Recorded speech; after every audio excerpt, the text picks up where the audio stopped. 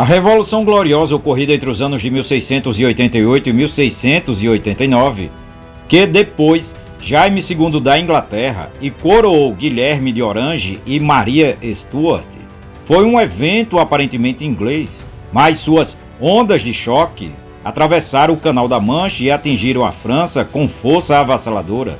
Enquanto a Inglaterra celebrava o nascimento da monarquia constitucional e a supremacia do parlamento, a França de Luís XIV assistia com crescente preocupação o surgimento de um novo modelo político que desafiava diretamente o absolutismo francês. A Revolução Gloriosa não apenas redefiniu o equilíbrio de poder na Europa, mas também serviu como um espelho perturbador para a monarquia francesa, refletindo as fissuras que, um século depois, levaria à queda da Bastilha. O primeiro impacto direto foi geopolítico. Guilherme de Orange, agora Guilherme III da Inglaterra, era um inimigo declarado de Luís XIV. Como governador da Holanda, ele já havia liderado a resistência contra a expansão francesa na Guerra Franco-Holandesa de 1672 a 1678. Agora, com o trono inglês, ele unia as forças da Inglaterra e das Províncias Unidas, Holanda, em uma coalizão antifrancesa que culminou na Guerra dos 9 Anos, entre os anos de 1688 a 1697.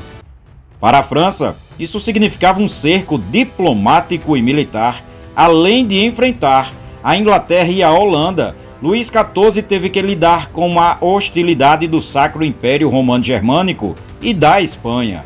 A Revolução Gloriosa, portanto, não apenas fortaleceu os inimigos da França, mas também isolou o Rei Sol em um continente cada vez mais unido contra seu expansionismo. Mas os efeitos da Revolução Gloriosa sobre a França foram além da geopolítica.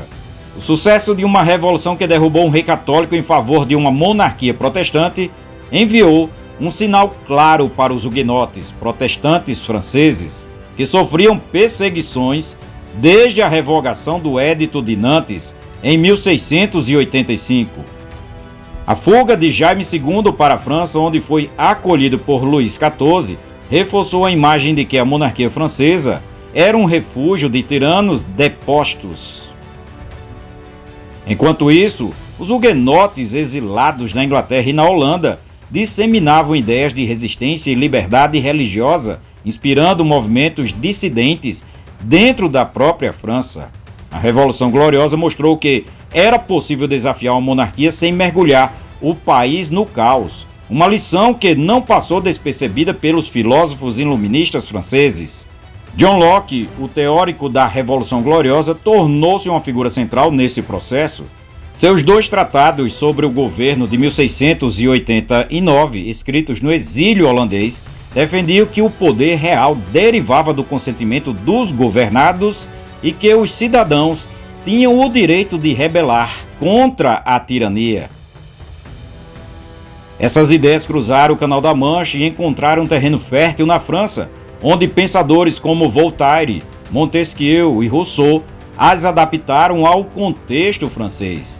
A noção de que um rei podia ser deposto por um parlamento e que a soberania residia no povo, não na coroa, era uma afronta direta ao absolutismo de Luís XIV e seus sucessores. A Revolução Gloriosa, portanto, não apenas inspirou os iluministas, mas também forneceu um modelo prático de como uma revolução poderia ser feita. O impacto econômico também foi significativo. A criação do Banco da Inglaterra, no ano de 1694, uma consequência indireta da Revolução Gloriosa, permitiu que a Inglaterra financiasse guerras e expandisse seu império colonial. Enquanto isso, a França, já endividada pelas campanhas militares de Luís XIV, via-se cada vez mais em desvantagem. A competição entre os dois países intensificou-se, culminando em conflitos como a Guerra da Sucessão Espanhola entre os anos de 1701 a 1714, que deixou a França à beira da bancarrota. A Revolução Gloriosa, ao fortalecer a Inglaterra, acelerou o declínio relativo da França como potência dominante na Europa. Por fim, a Revolução Gloriosa serviu como um prenúncio da Revolução Francesa, quando Luís XVI foi confrontado com a crise financeira e política no final do século XVIII. A memória de 1688 pesou sobre suas decisões.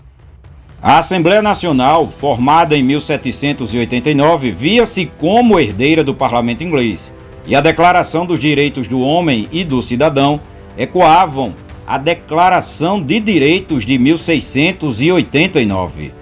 A diferença, é claro, foi que a Revolução Francesa não foi gloriosa, foi violenta, caótica e transformadora. Mas sem o exemplo inglês, talvez os revolucionários franceses não tivessem tido a coragem de desafiar a monarquia de forma tão radical. E assim, enquanto a Inglaterra celebrava sua revolução sem sangue, a França absorvia suas lições e preparava-se para uma tempestade que, quando chegasse, não seria gloriosa, mas seria definitiva.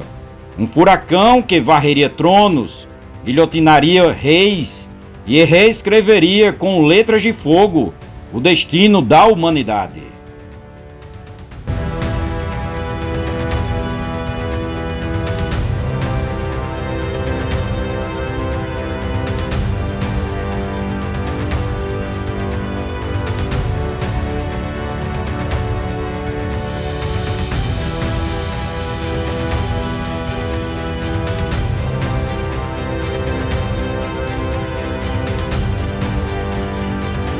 Aproveite este momento para se inscrever em nosso canal.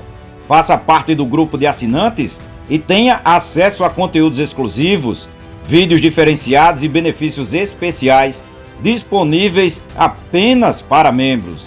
Assim como muitos já fazem parte, você também pode se juntar a essa comunidade e aproveitar todas as vantagens. Não fique de fora, assista aos vídeos relacionados, curta, comente e compartilhe. Sua participação e apoio são fundamentais para continuarmos produzindo conteúdos de qualidade